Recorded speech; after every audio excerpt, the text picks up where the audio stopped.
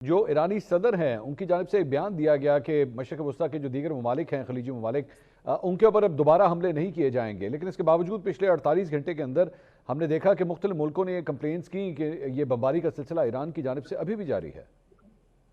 اس میں دو چیزیں میں آپ کے سامنے رکھنا چاہ رہا ہوں۔ ایک، جنگ کی صورتحال میں اس کو ہم فوگ آف وار کہتے ہیں، زیادہ بھروسہ نہیں کرنا چاہیے کون کیا کہہ رہا ہے۔ دوسری جو بات ہے، پزشکیان صاحب کے آپ انٹرویو اگر کمپلیٹلی سنے ہوں تو انہوں نے کہا ہے اگر ہمارے اوپر ان کی سرزمین اور اڈے استعمال نہیں ہوتے ہیں تو ہم اس کے بعد ان کے اوپر اٹیک نہیں کریں گے۔ ٹھیک۔ بات یہ کہ ایران یہ جو ریٹرک ہے اس کو 3 مہینوں سے دہرا رہے ہیں کہ آپ اپنے گھر پہ اور اپنے گھر کی چھت ہمارے دشمنوں کے ہاتھ میں نہ رکھیں تب وہ ہمارے اوپر مسلسل فائر کرتے رہیں، بمباری کرتے رہیں۔ اب یہاں پہ جو دگلی پالیسی وہ یہ ہے کہ آپ اپنے چھت دیتے ہیں ہمارے دشمن کو اور دشمن آپ کے چھتوں پہ آ کے ہمیں فائر کرتے ہیں۔ جب ہم آپ کو کہتے ہیں کہ آپ ہمارے دشمن امریکہ اور اسرائیل کو اپنے ملک سے نکال دیں تو آپ کہتے ہیں کہ ہمارے چھت ہماری کنٹرول میں نہیں ہے۔ اور جب ایران اسی چھت کے اوپر ریٹیلیٹری فائر میں ریٹیلیٹری اس میں دفاع کے لیے ان کو ہٹ کرتا ہے تو آپ کہتے ہیں یہ تو ہمارے گھر پہ گر رہا ہے۔ تو یہ ڈیفائن کریں کہ اگر یہ اپنا ملک کا استحکام چاہتے ہیں تو یہ دشمنوں کے ہاتھوں میں اپنے اڈے نہ دے۔ ایران بہت کلیئرلی بتا رہا ہے کہ کوئی بھی ملک اگر ہمارے خلاف اپنے سرزمین استعمال ہونے دیں تو ہم یہ نہیں دیکھیں گے کہ ہمسایہ ہے، مسلمان ہے، غیر مسلم ہے۔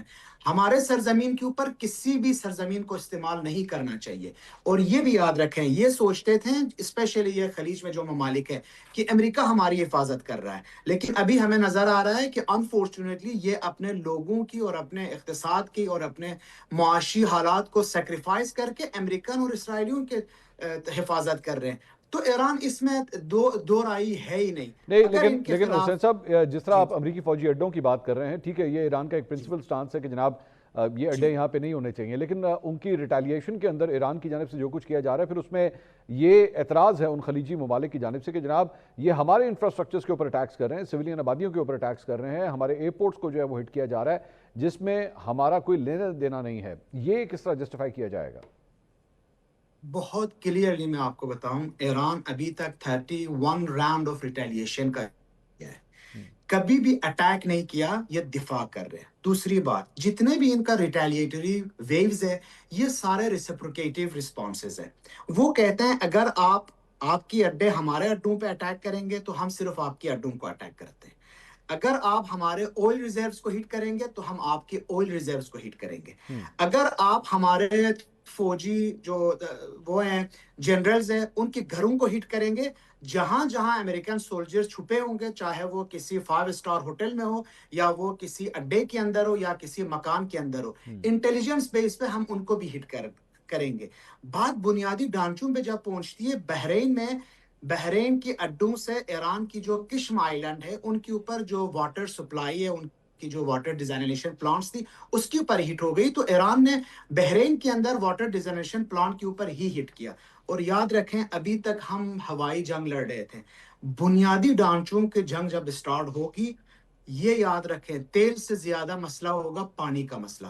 ایران صرف 2% جو ڈرنکنگ واٹر ہے، پینے کا پانی، یہ ڈیزائنیشن پلانٹ سے لیتی ہے، لیکن کویت 90% اپنے پینے کا پانی ڈیزائنیشن پلانٹ سے لیتی ہے، یو اے ای 45%، بحرین 16%، 60%، سعودی عرب 70%، ایران صرف 2%۔ اگر یہ اس بار دوبارہ کوئی غلطی کر کے ان کی جو بنیادی ڈھانچے اسپیشلی پاور پلانٹس اور واٹر پلانٹس کے اوپر ان کی سرزمین استعمال کر کے ایران کو ہٹ کریں گے تو یہ یاد رہے اب بات صرف تیل اور پیسوں کی نہیں رہے گی، بات رہے گی ڈرنکنگ واٹر کی، اور یہ بہت سیریس کرائسس پیدا کر سکتی ہے۔ اس لیے ایران بہت دو ٹوک موقف ہے، ہمارے اوپر جہاں جہاں سے بھی جس جگہ کو ہٹ کیا جائے گا ایران کے اندر اسی جگہوں کو ہٹ کیا جائے گا، اور یہ ہمارے لیے لیجیٹیمیٹ ٹارگٹس ہیں۔ اچھا یہ بتائیے حسین صاحب کہ اس سارے معاملے میں چونکہ آپ نے آئل ریفائنریز کی بات کی کہ ان کو بھی ہٹ کیا گیا ہے، ایران کے اندر بھی جو آئل جی ریفائنریز ہیں وہ ہٹ ہوئی ہیں، جی اور چند مناظر ہم نے دیکھے کہ وہاں پہ کس طرح کالے سیاہ بادل جو اس آئل کے جلنے کی وجہ سے پیدا ہوئے، اور اس کے بعد پورے تہران کے اندر وہ پھیل گئے، لوگ کافی اس کی وجہ سے پریشان تھے۔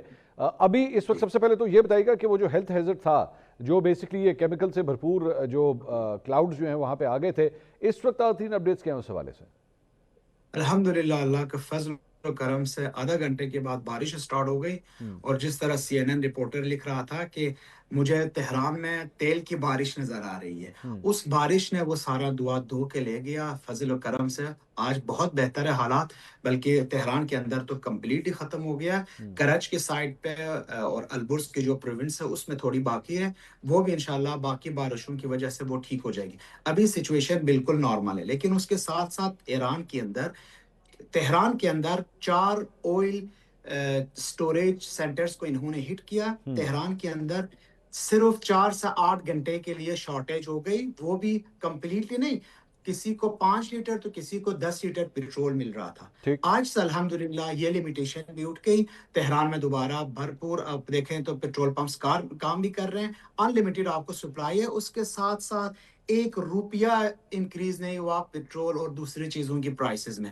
ہم جنگ کے حالات میں ہیں، ہمیں 1 روپیے کی برڈن ایکسٹرا گورنمنٹ نہیں دے رہی کہ آپ لوگ آپ کی اس کو پے موجودگی کریں۔ کا فائدہ اٹھاتے ہوئے ہمارے ہاں تو 55 روپے پیٹرول پاکستان کے اندر جو ہے اس کا ریٹ بڑھ گیا، ایران کے صرف اندر۔ پاکستان میں نہیں منصور صاحب، جی یہ دنیا کے اور پورے ملکوں، دنیا میں ایون ہو رہی ہیں۔ امریکہ کے اپنے اندر اس کے ریٹس انکریز جی ہو گئے، لیکن جی جی آپ کے یہاں جی پہ ایران کے اندر اس وقت فی لیٹر پیٹرول کتنے کا مل رہا ہے اگر آپ اس کا کمپیریزن کریں پاکستانی روپیز کے ساتھ؟ یہ عجیب بات ہے، اگر میں کمپیریزن کروں تو میں پاکستان آتا رہتا ہوں، اس لیے مجھے بالکل فیل ہے کہ کیا ہو رہا ہے۔ یہاں پہ ہر ایرانی کے پاس ایک کارڈ ہوتا ہے، ٹھیک ہے، ہر ایرانی کو اگر آپ گاڑی خریدتے ہیں، گاڑی کے ساتھ آپ کو ایک کارڈ دیتے ہیں، اس کارڈ کے اندر آپ کے پاس 3 قسم کے پیٹرول ہوتے ہیں۔ ہر مہینے میں آپ کو 60 لیٹر پیٹرول ملتا ہے، صرف تقریباً 4-4.5 روپے میں، ٹھیک ہے؟ اور پھر آپ کو وہ جب آپ کا ریزرو 60 لیٹر ختم ہوتا ہے تو آپ کو 100 لیٹر والا ملتا ہے، وہ تقریباً 8 روپے میں، اور اگر وہ ختم ہوتا ہے تو پھر 15 روپے، مطلب بہت سستا ہے پیٹرول یہاں پہ۔ اچھا اور یہ صورتحال جی ابھی بھی اسی طرح جاری ہے اس جنگ کی صورتحال کے اندر؟ جی ایک روپیے کا انکریز نہیں ہے پیٹرول کے اوپر، نہ صرف پیٹرول کے اوپر، دوسرے اشیاء کے اوپر، بجلی کے اوپر۔ دیکھیں اتنے بھاری بمباری ہوئی ہے تہران میں، اور میں کیونکہ خود بھی پاور کمپنیز کے ساتھ وابستہ رہا ہوں، کئی عرصے سے میں نے ان کے ساتھ کام بھی کیا ہے۔ 103 تنصیبات جو پاور پلانٹس ہیں ان کے اوپر ہٹ کی گئی تھی۔ تہران میں صرف 2 گھنٹے کی لوڈ شیڈنگ ہوئی ہے، اس کے بعد دوبارہ الحمدللہ کوئی لوڈ شیڈنگ نہیں ہے۔ وہ سنسیئرلی کام کر رہے لوگوں کے لیے، اور اچھا، اس کے یہ لیے واقعی چونکہ جی پیٹرول کی سپلائز کی بات ہو رہی ہے تو ظاہری بات ہے اب ہم ذرا اپنے پیٹرول اور انرجی کی سپلائز کی بات کریں۔ آپ نے ہرمز جو ہے وہ بند ہے اس وقت بھی، اور پہلے یہ اعلان کیا گیا تھا کہ جناب صرف امریکن اور اسرائیلی ریلیٹڈ اگر ٹینکرز ہوں گے یا شپس ہوں گے ان کا راستہ جو ہے روکا جائے گا، لیکن دیر ہیو بین کمپلینٹس کہ جناب دیگر جو ممالک کے بھی ٹینکرز وغیرہ اگر موو کرنا چاہ رہے تھے تو وہ وہاں سے موو نہیں ہو سکتے۔ What's the latest from the Strait of Hormuz؟ Iran یہ کلیئرلی کہہ چکا ہے کہ ہم اسٹریٹ ہرمز کو بند نہیں کیا ہے، ہم اس کے اوپر 100% کنٹرول کر رہے ہیں۔ کنٹرول کا مطلب یہ، جو ٹینکرز امریکن، اسرائیلی یا وہ ممالک جو ان کے ساتھ دے چکے ہیں ابھی تک اس جنگ میں، اگر ان کی فلیگ کیریئر ہیں یا ان کی مفادات کے لیے کام کر رہے ہیں تو ہم ان کو گزرنے کی اجازت نہیں دیں گے۔ لیکن اگر یہ چائنا جا رہی ہے یا رشیا کی ہے یا ان ممالک کے ساتھ ہے جو ہمارے ساتھ دے رہے ہیں تو ہم ان کو ہٹ نہیں کریں گے۔ اسی لیے آپ دیکھیں کچھ ٹینکرز ڈیلی گزر رہے ہیں۔ اس لیے ایران کوشش یہ کر رہا ہے کہ کنٹرول کر کے اس چیز کو اپنے مت میں، اپنے فیور میں لے کے آئیں۔ تو مجھے لگتا ہے کہ یہ جو سچویشن ہے، یہ جو ان کے اوپر شکایات ہے، اس شکایات سے بہتر یہ ہوگا کہ کوئی جا کے امریکہ اور اسرائیل کو سمجھائیں کہ آپ کی اپنی بھی تباہی ہو رہی ہے اکنامیکل پوائنٹ آف ویو میں، اور یہ یاد رکھیں ابھی فی الحال اسٹریٹ آف ہرمز کی بات ہے، اگر یہ ریفائنریز کے اوپر جنگ پہنچتی ہے تو آپ 200 سے زیادہ فی بیرل کا پرائس دیکھیں گے، اور پھر یہ تو پورے دنیا کی اکنامی کو دھچکا لگے گا پھر۔ اور حسین صاحب، ڈونلڈ ٹرمپ کی جانب سے اعلان کیا گیا تھا کہ اب آپ نے ہرمز سے جو ہے وہ اگر شپس نے اگر سیل کرنا ہوگا تو امریکن فورسز جو ہیں انہیں ایک پروٹیکشن دیں گی۔ یہ سلسلہ کیا ابھی وہاں پہ شروع ہوا ہے یا نہیں؟ آپ اس کی بات کیوں کرتے ہیں؟ ابراہیم لنکن کی بات کریں۔ پہلے ان کی جو بڑے تاب و شاب سے شو آف بنا کے کہ ہم بیچ رہے ہیں اپنا، پتہ نہیں سب سے بڑا بحری بیڑا بیچ رہے ہیں، وہ 300 کلومیٹر سے پیچھے ہٹ کے 500 to 600 کلومیٹر تک پہنچ گئی ہے۔ ہم، وہ پہلے اپنے حفاظت کریں، بسلامت اگر وہ گزر سکتے ہیں یا انٹر ہو سکتے ہیں جنگ میں، اس کے بعد دوسرے ٹینکرز کو دیکھیں۔ جب تک ایران کا آخری قطرے خون تک یہ لڑنے والی قوم ہے، جب تک آخری سپاہی بچا ہے، اس وقت تک اسٹریٹ آف ہرمز ایران کے کنٹرول میں ہی رہے گا۔ باقی جو خبریں آ رہی ہیں ان میں بھی بعد میں ہم انشاءاللہ تفصیل سے گفتگو کریں گے جو عزائم ہیں امریکہ کی، لیکن یہ یاد رہے ایران اب اس حکمت عملی پہ عمل درآمد کر رہا ہے، جو بھی ان کے خلاف کارروائی ہوگی اسی مت میں یہ ریٹیلیٹ کرتے جائیں گے۔